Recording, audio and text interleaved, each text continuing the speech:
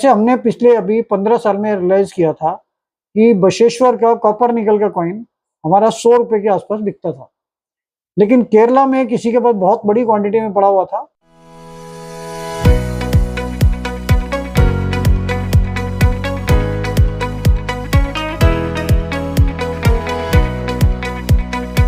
दोस्तों नमस्कार। Royal arts and numismatic gallery रंग के यूट्यूब चैनल पे आपका स्वागत है।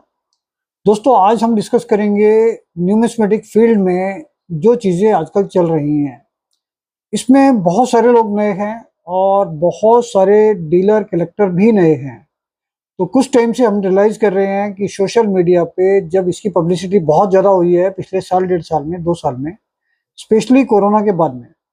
क्योंकि कोरोना के पीरियड में सब लोग खाली थे और सब लोग इन चीज़ों से कहीं न कहीं रिलेट रहे, क्योंकि सोशल मीडिया एक्टिव था और सब लोगों ने रियलाइज़ किया कि भई ये कोई पर्टिकुलर फील्ड है।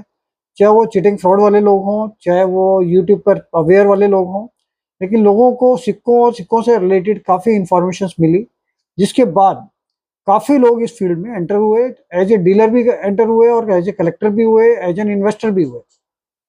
तो इसमें बहुत सारी चीज़ें हमने रियलाइज़ की कि जो नए-नए डीलर इस लाइन में इंट्रोड्यूस हुए, उन लोगों ने अपने-अपने एक्सपीरियंस के हिसाब से इसमें जजमेंट लिए।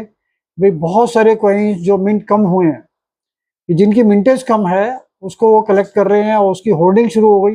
कुछ कॉइन्स ऐसे थे कि जो मार्केट में शॉर्ट टाइम के लिए कम होते हैं, कि जो अवेलेबल नहीं होते और बाद में उनकी मिंटेज के हिसाब से भी उनको लगता है कि भई मिंटेज कम है। लेकिन दोस्तों वास्तविकता क्या है कि जितने कॉइन, जैसे कोई भी कॉइन हमारी इंडियन गवर्नमेंट की किसी भी मिंट ने, चाहे वो बॉम्बे, कलकत्ता, हैदराबाद, नोएडा, कोई भी मिंट हो, अगर एक कॉमन कॉइन उसकी क्वांटिटी जो मिंट हो रही है वो 2 से 5 करोड़ है और दूसरा कॉइन उन्होंने 20 लाख मिंट किया है, 25 लाख मिंट किया है, तो उस रेशियो में तो वो कॉइन बहुत कम मिंट हुए हैं। और देखा जाए तो अब भी इंडिया के अंदर इतने कलेक्टर नहीं हैं कि जो 20 लाख या 30 लाख कलेक्टर हों, जो उनके लिए उस चीज़ की शॉर्टेज हो। लेकिन जो नए डीलर या कलेक्टर जो नए इस लाइन में इंट्रोड्यूस हुए, उन्होंने रियलाइज़ किया कि भई अगर मान लो 2 करोड़ कॉइन मिंट हुए तो वो तो कॉमन है और जो कॉइन 20 लाख, 25 लाख मिंट हुए, वो रेयर और स्केयर की कैटेगरी में आ गए, क्योंकि वो नॉर्मली पब्लिक के हाथ में कम आते हैं। तो अब क्या हुआ, उस चीज़ की होर्डिंग शुरू हो गई और वो लोगों ने इकट्ठे करने शुरू कर दिए कि भई इसके रेट बढ़ा देंगे और जब हम उसकी क्वांटिटी की होर्डिंग शुरू हो जाती है, तो मार्केट में अवेलेबल कम होता है। लेकिन एक चीज़ और भी सोचने की है कि अगर उसकी होर्डिंग कुछ लोगों ने कर ली, तो उनकी होर्डिंग कैपेसिटी भी बहुत ज़्यादा नहीं होती ज़्यादातर। तो अगर मान लो मैंने ही उसमें 10 लाख रुपए या 20 लाख रुपए या कुछ बड़ा अमाउंट लगा के उसकी होर्डिंग कर ली और 6 महीने या साल भर बाद या डेढ़ साल में उसका रेट बढ़ने के बाद हमने वो क्वांटिटी रिलीज़ कर दी मार्केट में। तो अगर वो टेम्परेरी बढ़े हुए रेट जो है, वो एकदम से नीचे आ जाते हैं।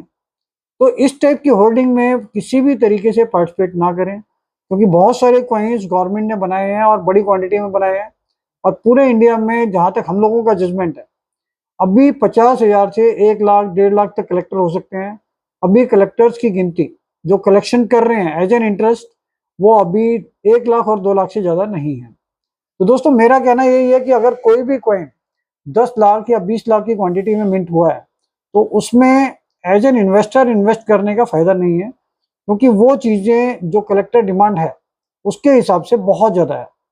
और बहुत सारे लोग क्या हो रहा है कि ये लो वैल्यूएशन आइटम है, बहुत सारी चीज़ों में, ख़ास तौर से रिपब्लिक इंडिया में, इसमें ₹1, ₹2, ₹5, ₹10 अगर इसमें आदमी इन्वेस्ट करके होल्डिंग करके रखता है और बहुत सारे डीलर नए जनरेट हो गए हैं। अगर एक-एक आदमी उसके हज़ार-हज़ार कॉइन या 5-5 हज़ार कॉइन रख लेता है, तो उस हिसाब से वो जो क्वांटिटी है, वो कुछ ही लोगों में कंज़्यूम हो जाती है और बाद में जब वो निकलता है, तो उसके बाद उसके रेट एकदम से डाउन हो जाते हैं। जैसे हमने पिछले अभी 15 साल में रियलाइज़ किया था कि बशेश्वर का कॉपर निकल का कॉइन हमारा ₹100 के आसपास बिकता था। लेकिन केरला में किसी के पास बहुत बड़ी क्वांटिटी में पड़ा हुआ था, चाहे उन्होंने इंटेंशनली स्टॉक किया या नहीं किया, लेकिन या फिर किसी बैंक से भी निकल सकता था। तो उस टाइम पे वो बड़ी क्वांटिटी में निकला और उसकी वजह से उसका रेट जो है ₹100 से गिर के सीधा ₹12 पे आ गया। तो ₹12 में वो कॉपर निकल का बशेश्वर का कॉइन यूएनसी कंडीशन में बिक रहा था काफ़ी लंबे टाइम तक। तो अब दोबारा से वो कंज़्यूम हो गया डीलर्स के पास, तो अभी उसका दोबारा से रेट जो है वो 20, 25, 30, ₹40 तक पहुँच गया है। तो दोस्तों मेरा ये कहना है कि अगर एज एन इन्वेस्टमेंट आप ये सोचते हैं कि उन कॉइन्स की होल्डिंग करके आपको फायदा मिलेगा, तो ऐसा नहीं है। आप सिस्टमेटिकली रिपब्लिक इंडिया के साथ साथ अगर आप स्टॉक करना चाहते हैं, इन्वेस्ट करने के पॉइंट ऑफ व्यू से करना चाहते हैं, तो रिपब्लिक इंडिया की जो कुछ रेयर आइटम हैं, जो ऑलरेडी डिक्लेयर्ड हैं कि भाई ये रेयर है और ये क्वांटिटी में कभी भी नहीं मिलती, या तो उनका थोड़ा थोड़ा स्टॉक रखिए, बहुत बड़ी क्वांटिटी में नहीं, और वो बड़ी क्वांटिटी में मिलेगा भी नहीं। इसके साथ साथ ब्रिटिश इंडिया के कॉइन्स हैं, वो रेयरिटी की तरफ जा रहे हैं, उसमें आप स्टॉक कर सकते हो। एंशियंट में, मुगल में, आप उसके बारे में लिटरेचर पढ़िए, उसका पूरा हिस्ट्री पता कीजिए, बहुत सारी बुक्स आती हैं। और इन सब चीज़ों को ग्रेड करवाने के लिए आप बाहर से ग्रेड भी करवा सकते हैं, एनजीसी पीजीएस होती है, तो उसके अंदर भी फॉरेन की कंपनी है, वो ग्रेड करती हैं कॉइन्स को, तो वहाँ पर भी आप ग्रेड करवा सकते हैं। तो अगर आपको एज एन इन्वेस्टर करना है, तो ये चीज़ें बहुत बल्क क्वांटिटी में कॉमन आइटम लेके उसमें इन्वेस्टमेंट आपको नुकसानदायक है, फ़ायदा नहीं है। और कुछ चीज़ें आप उस पॉइंट ऑफ व्यू से कर सकते हैं कि भाई मेटेलिक वैल्यू बढ़ती है उसकी, तो उसकी वजह से भी उसके प्राइस बढ़ते हैं, लेकिन वो एक बहुत स्लो प्रोसेस है। तो दोस्तों इस चीज़ का खास तौर से ध्यान रखिए, जो चीज़ें टेम्परेरी रेट जो डीलर्स और कलेक्टर्स या इन्वेस्टर्स के द्वारा बढ़ाए जा रहे हैं, उस चीज़ों में अगर आप फंस के उसमें इन्वेस्ट करते हैं तो उसका आपको फ़ायदा नहीं होने वाला, उससे आपको नुकसान हो सकता है। और कोई भी कलेक्शन करते हैं एज ए हॉबी, ये बहुत अच्छी है।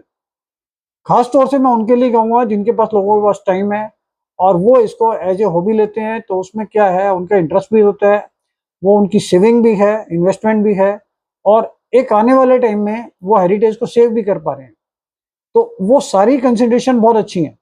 अगर आपने यंग एज से ये हॉबी शुरू कर दी, तो ये एक बहुत अच्छी हॉबी है, नॉलेज के लिए भी अच्छी है, और लंबे टाइम में आते-आते आपकी वैल्यूएशन भी इतनी मल्टीप्लाई हो जाती है कि अगर आपने 30 साल या 35 साल से ये हॉबी शुरू की, तो 60 साल तक पहुँचते-पहुँचते अगर इसमें आपने टोटल मिलाकर भी 5 लाख इन्वेस्ट किया, तो ये 20 से 25 लाख, 30 लाख, 40 लाख तक इसकी वैल्यूएशन कम से कम हो जाएगी, ये कन्फर्म है।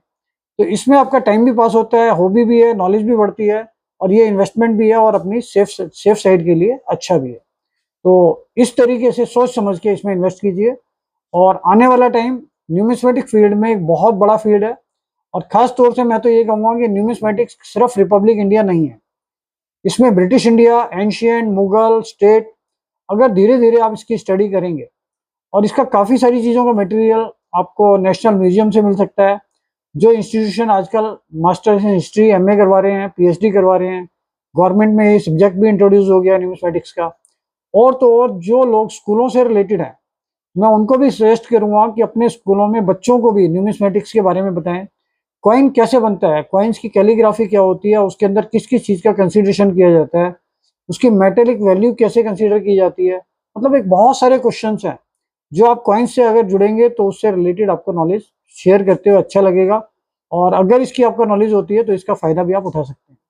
तो इसको एज ए हॉबी लीजिए, और अगर इन्वेस्टमेंट करते हैं तो इस होल्डिंग का पार्ट मत बनिए कि जो लोग होल्डिंग करके ये सोच रहे हैं कि वो चीज़ मल्टीप्लाई होगी, या एक टेम्परेरी फेज जो चल रहा है जिसकी वजह से बहुत ज़्यादा रेट बढ़ रहे हैं बहुत सारी चीज़ों की, उसका पार्ट बनने का भी फ़ायदा नहीं है, क्योंकि उसमें आपको कभी भी नुकसान हो सकता है। तो दोस्तों ऐसी और इन्फॉर्मेशन के लिए इस यूट्यूब चैनल को शेयर कीजिए, लाइक कीजिए, सब्सक्राइब कीजिए।